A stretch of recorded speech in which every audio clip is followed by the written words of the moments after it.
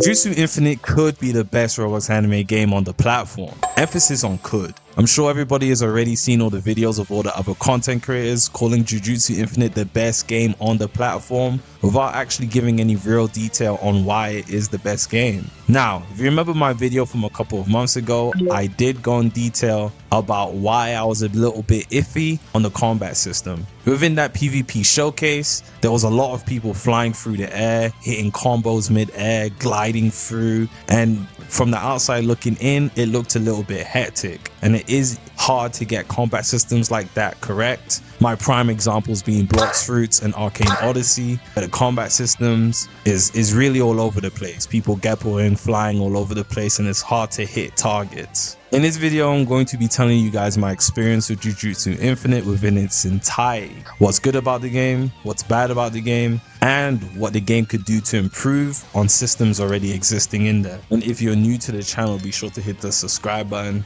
and hit the like button. Let's get straight into this.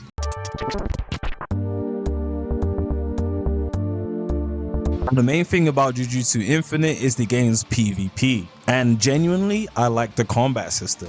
It feels good, it feels fluid, and it is really satisfying. Now when it comes to the movement, you have your Q dashes, and it gives you 2 Q dashes, so your first dash and your second dash, that actually give you a lot of distance within the game, and it feels real good to use the dash keys. It's fluid and it's not stiff. The E key will allow you to target and dash straight to your opponent. It doesn't really matter how far they are. Yes, it does. It matters how far they are. But you can use this key from a distance in order to go straight to your opponent. However, the good thing about this is that if you're the person that's getting dashed to, you are able to counter the dash. You can either hold block, negate the incoming damage, or you can perfect block. If you perfect block, it stuns your opponent and you are able to counter with that. So perfect blocking is probably the best option, and it is actually very easy to perfect the dash because it's a dash. The timing is literally just on your screen. You can't get it wrong.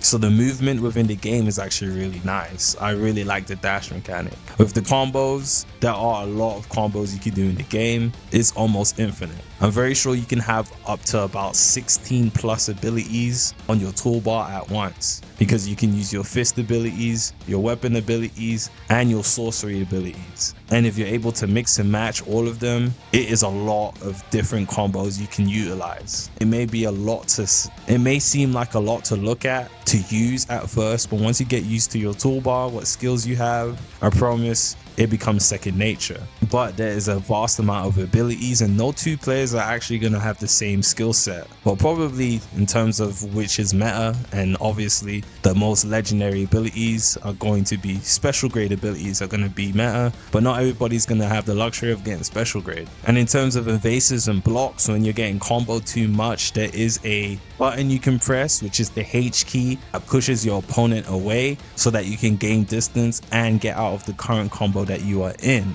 You can counter attack right after that if you're good enough. The main things I like about the PvP is that it's easy to get into, but it's going to be hard to master. There are loads of skills that have lock-on abilities. Even with the amount of skills that have good lock-on abilities that are able to combo extend, there are numerous amount of ways that you are able to defend against these attacks, so it's not just an infinite combo simulator. If I had to give the PvP a rating out of 1 to 10, I'd actually give it somewhere along the lines of a 9. The only thing the PvP lacks in terms of giving it that 10 grade is that there is so much abilities to choose from, and that can be overwhelming to anybody. Me personally, I'll prefer it if there was 4 to maybe 6 keys that you could use for your abilities, and you can mix and match them with all the other abilities in the game. That way people would have specific builds that they utilized, just having a bunch of skills to spam on players. But I'm not complaining. Honestly, it's a good PvP feature. The combat mechanics is actually really good. Again, 9 out of 10.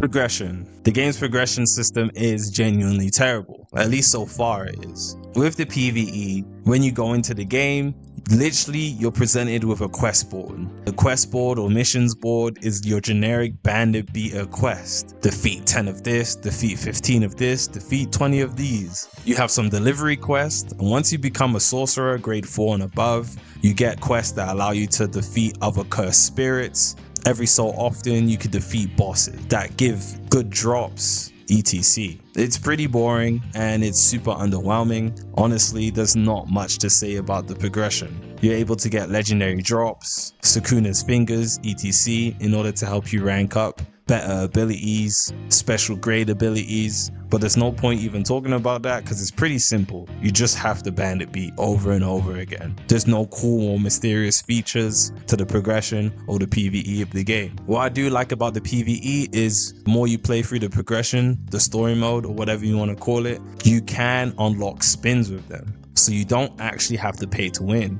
It's giving free players the option of actually progressing through the game and getting the abilities that they want. All you have to do is sink time into it. And even the world right now, you get your mission and then you jump all the way to the bottom of the map in order to defeat the mobs. Super underwhelming, and I'm really confused at why the map layout is even like this. It's kind of weird. But honestly, they could do a lot to improve the PvE. I honestly think the game could be divided into worlds or different zones. Each zone or world having their own theme and you needing to progress through that zone in order to get to the next zone, and each zone gives progressively harder as you rank up through normal person to sorcerer to grade 4 sorcerer to special grade sorcerer, etc. For instance, let's say there's a swamp / water theme area, and these areas would be quite large because your player can cover distances really quickly with the dash mechanics. Make these areas really large in order to have hidden trainers, hidden areas you need to go to in order to get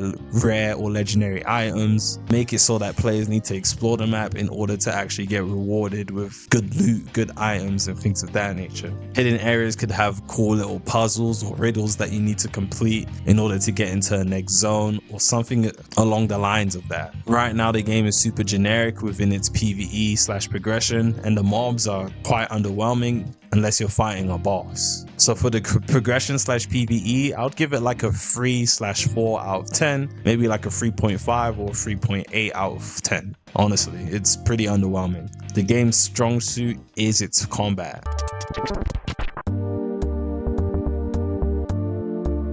Now for a future update, I don't know how accurate this information is, but I was told something along the lines of this, is that there is going to be a Battle Royale mode added to this game. But apparently the Battle Royale mode is taken from the JJK. Now I do not read manga, so I have no idea. I'm completely in the dark when it comes to this. And I don't know what the Battle Royale in the manga is like. However, I do think it should be more than just 100 players getting thrown into a map and they have to fight each other until the last person standing. I really feel like it should go along the lines of a Hunter x Hunter exam style. And what I mean by this is there's different trials that you need to complete whilst facing other players, with other players. And then when you do fight other players, it's within controlled instances, maybe like a mini tournament, something along the lines of that. Instead of just having everybody fight each other until the last person standing. I feel like having instances where there's different trials happening within the Battle Royale mode would make it more interesting than just throwing everyone in, because that gets boring really quickly. Example being Deep Woken's Battle Royale and GPO's Battle Royale. Deep Woken's Battle Royale was only for a weekend and that got boring within the first hour. Just getting thrown into a semi-detailed map and everybody just fights gets boring. I feel like there should be controlled instances within the game in order for players to actually enjoy what they're doing for a long period of time. That way no two fights are the same. Anyways, that's it from me. If you made it to the end of the video, let me know and make sure you've hit the like button. I'm gonna see you guys in the next one.